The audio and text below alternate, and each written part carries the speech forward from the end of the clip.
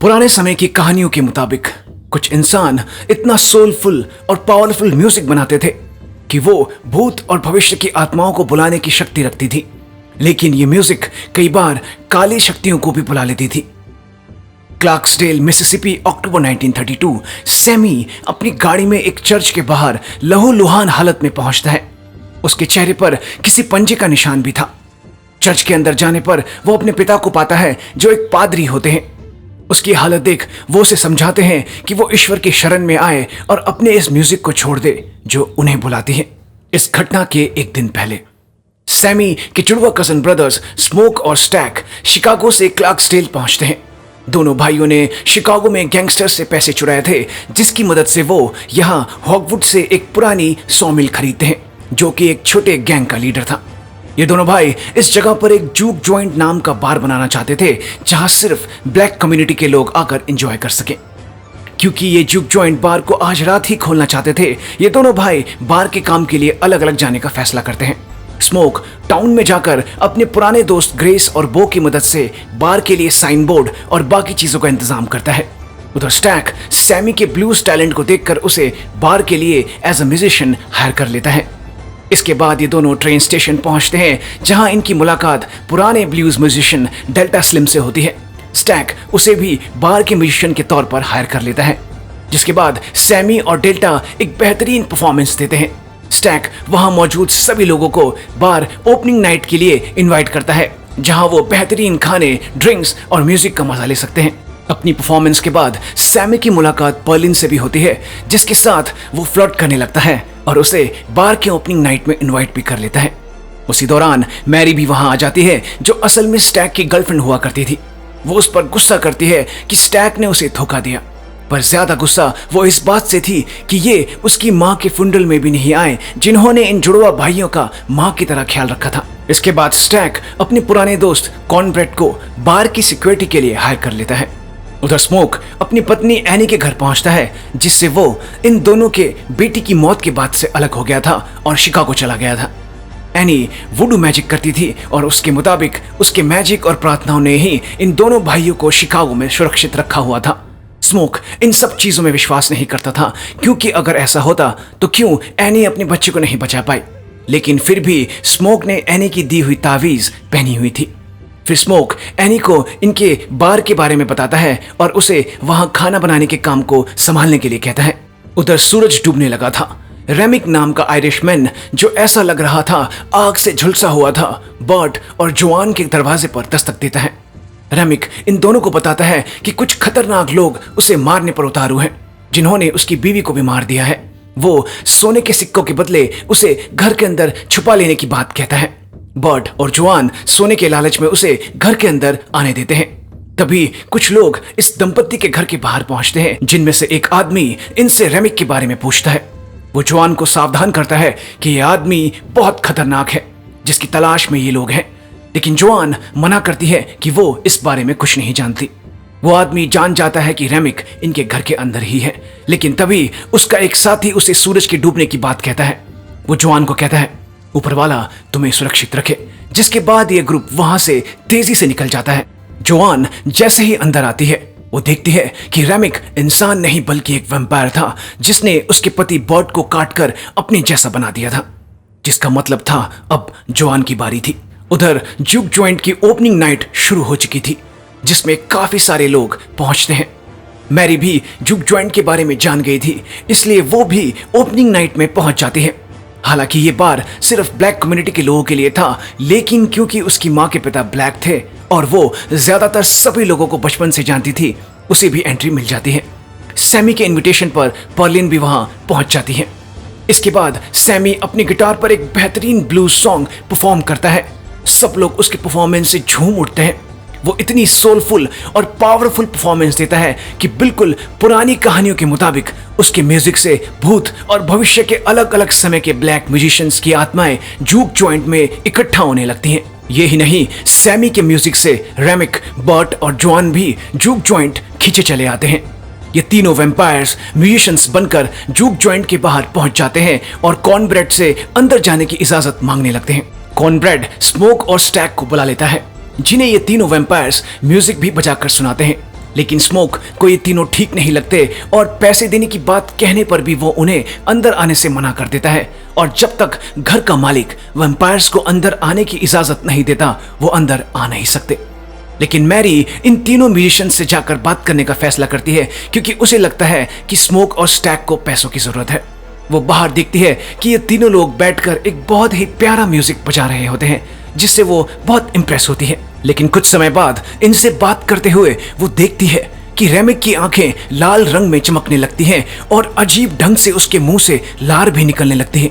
Mary तुरंत उठकर वहां से जाने लगती है जब उसके पीछे रेमिक उड़ता हुआ उसकी तरफ आने लगता है। कुछ समय बाद मैरी वापस जुक जॉइंट के दरवाजे पर आती है और कॉर्नब्रेड को कहती है, क्या मैं अंदर जा सकती हूँ या यूं ही तुम दरवाजे पर मेरा रास्ता रोक के खड़े रहोगे? कॉर्नब्रेड को उसकी बात थोड़ी अजीब लगती है लेकिन वो हटते हुए उसे अंदर जाने के लिए कहता है। जिसके बाद मैरी स्टैक को 2 सोने के सिक्के देती है। स्टैक कहता है, लगता है इन तीनों म्यूजिशियंस को अंदर बुलाना पड़ेगा। जिसके बाद मैरी स्टैक को सिड्यूस करने लगती है और उसे एक कमरे में ले जाती है। उधर कॉर्नब्रेड डेल्टा को गेट पर बैठाकर पेशाब करने के लिए बाहर जाता है, जहां अचानक उसे अंधेरे में 2 लाल आंखें चमकती हुई दिखती हैं जो उसके नाम को पुकारती हैं। उधर जूक जॉइंट में अचानक कुछ लोगों की ताश खेलते हुए लड़ाई हो जाती है। स्मोक लड़ाई को रुकवाने जाता है और सैमी को स्टैक को जल्दी बुलाने के लिए कहता है, पर कमरे में मैरी और स्टैक को एक साथ देख सैमी उसे बुला नहीं पाता। स्मोक खुद स्टैक को कमरे के अंदर बुलाने चाहता है और देखता है कि मैरी स्टैक के गले को काटकर उसका खून पी रही होती है। अगले ही पल जैसे ही मैरी खड़ी होती है, स्मोक अपनी बंदूक की गोलियां मैरी पर खाली कर देता है। लेकिन मैरी दोबारा खड़ी होती है और कहती है, आज तुम सब मारे जाओगे। जिसके बाद वो इन्हें धक्का देते हुए बाहर भाग जाती है। ज्यादा खून बहने के कारण स्टैक स्मोक की गोद में अपना दम तोड़ देता है। डेल्टा तुरंत सभी लोगों को बाहर से जाने के लिए कहता है। उधर अंदर एनी के मुताबिक इन्हें स्टैक के मृत शरीर को भी बाहर कर देना चाहिए, क्योंकि जिस तरह मैरी इतनी गोली लगने के बाद भी जिंदा हो गई, हो न हो इनका सामना काली शक्तियों से हो रहा है। लेकिन स्मोक अपने भाई की मृत शरीर को बाहर करने से साफ मना कर देता है। उधर बाहर ग्रेस बो को तुरंत गाड़ी लाने के लिए कहती है ताकि वो अपनी बेटी के पास जा सके। सिर्फ Smoke, Sammy, Annie, Delta, Perlin और ग्रेस ही अब जूक जॉइंट में रह जाते हैं। तभी कॉर्नब्रेड भी वापस आ जाता है। सभी लोग हैरान थे कि इतने देर से वो था कहां। कॉर्नब्रेड अंदर आने के लिए इजाजत मांगने लगता है। एनी को ये बात बड़ी अजीब लगती है कि उसे अंदर आने के लिए इजाजत क्यों चाहिए, वो यहाँ सुबह से काम कर रहा था। लेकिन कॉर्नब्रेड फिर भी इन सब से अंदर आने के लिए इजाजत मांगता रहता है और जब कोई उसे इजाजत नहीं देता वो स्मोक से अपनी सिक्योरिटी की ड्यूटी के लिए पैसे मांगता है। एनी स्मोक को सावधान होकर उसे पैसे देने के लिए कहती है। स्मोक जैसे ही पैसे देने के लिए अपना हाथ बाहर करता है, उसी पल वैम्पायर बन चुका कॉर्नब्रेड उसे बाहर खींच लेता है। लेकिन स्मोक तुरंत कॉर्नब्रेड के चेहरे पर गोली मारकर खुद को आजाद कर लेता है। कॉर्नब्रेड के उसे पकड़ने से पहले एनी स्मोक को अंदर ले जाकर दरवाजा बंद कर देती है। उसी पल अचानक अंदर के कमरे पर दस्तक होती है। ये स्टैक था। दरवाजा लॉक होने के कारण वो इन्हें उसे बाहर निकालने के लिए कहने लगता है। स्मोक को विश्वास नहीं होता कि उसका भाई दोबारा जिंदा कैसे हो गया, लेकिन एनी उसे दरवाजा ना खोलने के लिए कहती है क्योंकि ये उसका भाई नहीं है। तभी स्टैक दरवाजे को तोड़कर बाहर आ जाता है। उसी पल एनी उसके चेहरे पर गार्लिक जूस डाल देती है, जिसके कारण स्टैक का पूरा चेहरा जलने लगता है। वो तुरंत जूक जॉइंट से बाहर भाग जाता है।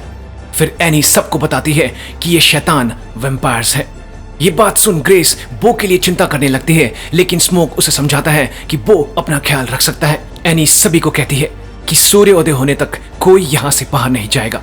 इसके बाद एनी सभी को बताती है कि कैसे इन वैम्पायर्स को मारा जा सकता है, और ये वैम्पायर्स सूरज की रोशनी को झेल नहीं सकते। ये सभी पूरी तैयारी कर लेते हैं। सैमी भी सभी को बताता है कि उसके पिता के मुताबिक उसके म्यूजिक के कारण ही शायद ये वैम्पायर्स यहाँ आ गए हैं। इस दौरान एनी स्मोक को कहती है कि अगर उसे आज कुछ हो गया तो स्मोक को उसे मारना होगा। वो कभी वैम्पायर नहीं बनना चाहती। उधर बाहर रेमिक ने जूक जॉइंट से निकले सभी लोगों को वैम्पायर्स बना दिया था, जो आपस में मिलकर अब झूम झूम कर म्यूजिक बजाते हुए नाचने लगते हैं। उधर अंदर अचानक सभी को एक आदमी खून से लथपथ मिलता है। ये समझ नहीं पा रहे थे कि आखिर इसे वैम्पायर्स ने काटा है या नहीं। ये तुरंत उसके शरीर को बाहर रख देते हैं, लेकिन यह आदमी ठीक था और होश में आते ही स्मोक को दरवाजा खोलने के लिए कहने लगता है। तभी कॉर्नब्रेड उस पर हमला कर देता है। जूक जॉइंट के अंदर मौजूद लोग तुरंत दरवाजा खोलते हैं और देखते हैं कि कॉर्नब्रेड उस आदमी का खून चूस रहा होता है। तभी वहां बो आता है, जो अब वैम्पायर बन चुका था। वो ग्रेस को भी वैम्पायर बन जाने के लिए कहता है। तभी रेमिक भी वहां आ जाता है और उसे कहता है कि अगर उसने ऐसा नहीं किया तो वो उसकी बेटी को खा जाएंगे। ग्रेस बाहर जाने लगती है, लेकिन बाकी के लोग उसे बड़ी मुश्किल से रोकते हैं। क्योंकि रेमिक सैमी की म्यूजिक को सुनकर यहाँ खींचा चला आया था, वो इन सभी को कहता है कि अगर ये सैमी को उसे दे दे तो वो इन सभी को छोड़ देगा, ताकि वो सैमी की म्यूजिक के जरिए अपने लोग जिन्हें उसने खो दिया था उन्हें वो जिंदा कर सके। सैमी इस बात के लिए तैयार था, लेकिन बाकी के लोग बिल्कुल इस चीज के लिए तैयार नहीं होते। फिर स्टैक, मैरी, बर्ट और जोआन भी वहां आते हैं। क्योंकि सारे वैम्पायर्स एक दूसरे की मेमोरीज को देख सकते थे, रेमिक स्मोक को बताता है कि बर्ट हॉगवुड का भतीजा है और उसकी मेमोरीज से उसे पता चला कि हॉगवुड जिससे इन्होंने ये जगह खरीदी थी वह इनसे पैसे लेने के बाद इन्हें मारने का प्लान बना चुका था। स्टैक भी रेमिक की बात पर हामी भरता है। मैरी भी सबको इस परिवार का हिस्सा बनने के लिए कहने लगती है। फिर स्टैक स्मोक को कहता है कि ब्लैक लोगों के साथ हमेशा भेदभाव और बुरा व्यवहार होता है। ये एक अच्छा मौका है वो भी वैम्पायर बन जाए, ताकि ये दोनों भाई अमर हो जाएं और मिलकर इस चीज के खिलाफ लड़ सके। अपने भाई की बात सुन वो एक मन बना भी लेता है, लेकिन एनी और बाकी के लोग उसे होश में लाते हैं और दरवाजे को बंद कर देते हैं। एक बार फिर से वैम्पायर्स जुग जॉइंट के बाहर मिलकर नाचने लगते हैं। इन्हें देख अपनी बेटी के लिए चिंतित ग्रेस खुद को रोक नहीं पाती और चीख कर इन वैम्पायर्स को घर के अंदर आने की इजाजत दे देती है, जिसके बाद सारे वैम्पायर्स जुग जॉइंट के अंदर घुस आते हैं। ग्रेस सीधा रेमिक पर आग की बोतलें फेंक देती है, जिसे रेमिक अपने से दूर छिटक देता है, जिसके कारण जुग जॉइंट में आग लग जाती है। जिसके बाद ग्रेस सीधा बो की छाती में नोकीली लकड़ी गाड़ उसे आग में लेकर कूद पड़ती है, जिसके कारण ये दोनों जलकर मर जाते हैं। बचे हुए लोग इन वैम्पायर्स को एक एक करके मारने लगते हैं। एनी होली वाटर को रेमिक के ऊपर फेंक उसे खुद से दूर करती है, लेकिन तभी स्टैक उसे काट लेता है। उधर रेमिक स्मोक को काटने की कोशिश करने लगता है, जब पर्लिन उसे गोली मारकर घायल कर देती है। स्मोक तुरंत एनी के पास जाता है, लेकिन बहुत देर हो चुकी थी। मजबूरन स्मोक को एनी को मारना पड़ता है। एनी की मौत से मैरी दुखी होते हुए रोने लगती है। स्टैक उसे वहां से बाहर ले जाता है। तभी डेल्टा स्मोक, सैमी और पर्लिन को ऊपर की तरफ भेजता है और खुद अपने हाथ को काटकर वैम्पायर्स को अपनी तरफ आकर्षित करने लगता है। वहां मौजूद सारे वैम्पायर्स उसे कच्चा चबा जाते हैं। उधर ऊपर मौजूद दरवाजे से स्मोक, सैमी और पर्लिन इस जगह से बाहर की तरफ भागने लगते हैं, जब रेमिक और स्टैक उसी दरवाजे से अंदर सैमी और स्मोक पर हमला कर देते हैं। पर्लिन सैमी को बचाने के लिए नोकीली लकड़ी रेमिक के पीठ पर गाड़ देती है, लेकिन उसे आर पार नहीं कर पाती। तभी रेमिक पर्लिन पर हमला कर उसे काट खाता है। सैमी उसे बचाने भी आता है, लेकिन रेमिक उसे भी काटने वाला होता है कि तभी स्मोक उस पर गोलियों की बरसात कर देता है। पर्लिन और स्मोक तुरंत सैमी को वहां से भाग जाने के लिए कहते हैं। सैमी वैसा ही करता है और बाहर कूदकर भागने लगता है, लेकिन तभी रेमिक उड़ता हुआ उसके पास पहुंच जाता है और उसके चेहरे पर अपने पंजे से हमला करता है, जिसके कारण सैमी पास की झील में जा गिरता है। बाकी के सारे वैम्पायर्स इन दोनों के पास इकट्ठा होने लगते हैं। उधर अंदर स्मोक और स्टैक के बीच जबरदस्त लड़ाई चल रही होती है। लड़ते हुए स्टैक स्मोक को उसके जैसा बन जाने के लिए समझा रहा होता है, लेकिन स्मोक नहीं मानता। स्टैक उसे गिराकर काटने की कोशिश करने लगता है, लेकिन एनी की ताबीज के कारण वो स्मोक को काट नहीं पाता। तभी स्मोक उसे गिराकर उसके ऊपर आ जाता है और नोकीली लकड़ी उसके छाती में गाड़ने को तैयार हो जाता है। उधर बाहर रेमिक जैसे ही सैमी को काटने की कोशिश करता है, सैमी अपने गिटार को उसके सिर पर दे मारता है, जिसके कारण गिटार की प्लेट रेमिक के सिर के अंदर बुरी तरह से गड़ जाती है। वो दर्द से चिल्ला उठता है और उसके साथ वहां मौजूद बाकी सभी वैम्पायर्स भी रेमिक के दर्द को महसूस करने लगते हैं, लेकिन फिर भी रेमिक को कुछ नहीं होता। दर्द से करहाते हुए वो इस प्लेट को अपने सिर से बाहर निकाल लेता है और सैमी को पकड़ उसे काटने लगता है, लेकिन तभी नोकीली लकड़ी रेमिक के सीने के आर पार हो जाती है। ये स्मोक ने किया था। ठीक उसी पल सूर्योदय भी होने लगता है, जिसके कारण रेमिक और वहां मौजूद सारे वैम्पायर्स जलने लगते हैं और धीरे धीरे सूरज की तेज रोशनी में रेमिक आग की तेज लपटों में जलने लगता है। बाकी के सभी वैम्पायर्स भी जलकर खत्म हो जाते हैं। क्योंकि स्मोक जानता था कि हॉगवुड अपने आदमियों के साथ उसे मारने आने वाला है, वो सैमी को वहां से भेज देता है, जिसके बाद वो अपने हथियार तैयार कर लेता है और अपने गले से एनी का वो ताबीज भी निकाल देता है, जो उसे हर मुसीबत से बचाती थी। जैसे ही हॉगवुड और उसके आदमी जुग जॉइंट पहुंचते हैं, स्मोक इन सब पर मशीन गन से गोलियों की बरसात कर सभी को मार डालता है और हॉगवुड को भी घायल कर देता है। इस दौरान स्मोक को भी गोली लग जाती है, जिसके बाद स्मोक हॉगवुड के सामने बैठ जाता है। हॉगवुड उसे पैसे लेकर छोड़ देने की बात कहता है, लेकिन स्मोक उसके शरीर में अपनी मशीन गन की सारी गोलियां खाली कर देता है। धीरे धीरे स्मोक भी मरने लगता है जब उसे अपनी बच्ची और एनी की आत्मा दिखाई देती है। उधर सैमी चर्च पहुंचता है यहीं से हमारी कहानी शुरू हुई थी। उसके पिता उसे म्यूजिक को छोड़ देने के लिए कहते हैं, लेकिन सैमी म्यूजिक को छोड़ने के लिए तैयार नहीं था। वो एक हाथ में अपना गिटार पकड़े नॉर्थ की तरफ चला जाता है। इस घटना के 60 साल बाद 1992 में सैमी बूढ़ा हो चुका था और एक फेमस ब्लूज म्यूजिशियन बन चुका था। वो अपनी परफॉर्मेंस खत्म करने के बाद बार में बैठा होता है जब उसे स्टैक और मैरी मिलने आते हैं। स्टैक उसे बताता है कि स्मोक ने उसे जिंदा छोड़ दिया था और उसे वादा करने को कहा था कि वो कभी सैमी के पीछे नहीं जाएगा। फिर स्टैक सैमी को सूंघते हुए उसे बताता है कि वो बूढ़ा हो चुका है और उसके पास अब बहुत कम समय रह गया है।